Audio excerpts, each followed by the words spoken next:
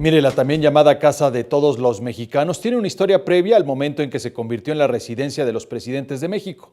Esta es la historia. El terreno en el que ahora se ubica la residencia oficial de Los Pinos se construyó en 1550. Era un molino en donde se trituraba el trigo hasta convertirlo en harina y pertenecía a la corona española.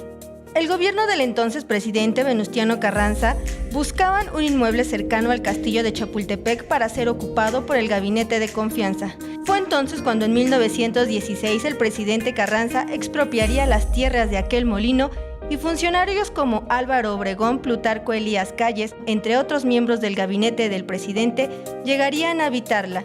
Al llegar a la presidencia de México, el general Lázaro Cárdenas del Río da instrucciones para que él y su familia pudieran habitar aquel lugar. Fue así como en 1935 el presidente y su esposa Amalia Solórzano de Cárdenas llegarían a vivir ahí, dándole el nombre de Los Pinos. La casa sufrió cambios a lo largo de los mandatos de los presidentes Manuel Ávila Camacho, Miguel Alemán Valdés, Adolfo Ruiz Cortines, quienes realizarían modificaciones para adaptarlas a sus necesidades.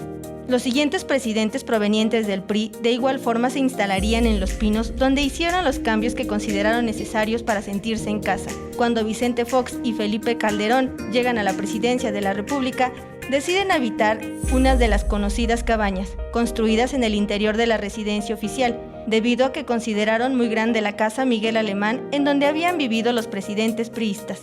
Mariana Sánchez, 21 Noticias.